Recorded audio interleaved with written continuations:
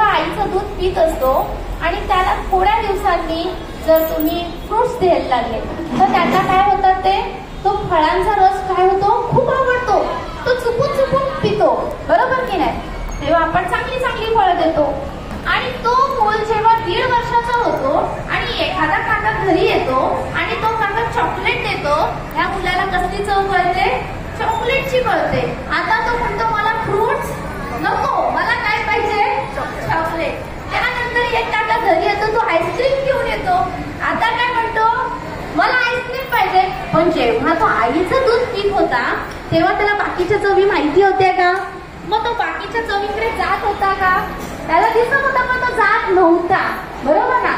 तसंच हा देह जेवढे विषय बघतो त्या विषयांचा आस्वाद घ्यायला जातो आणि असं करत करत दुसऱ्या ठिकाणी जातो.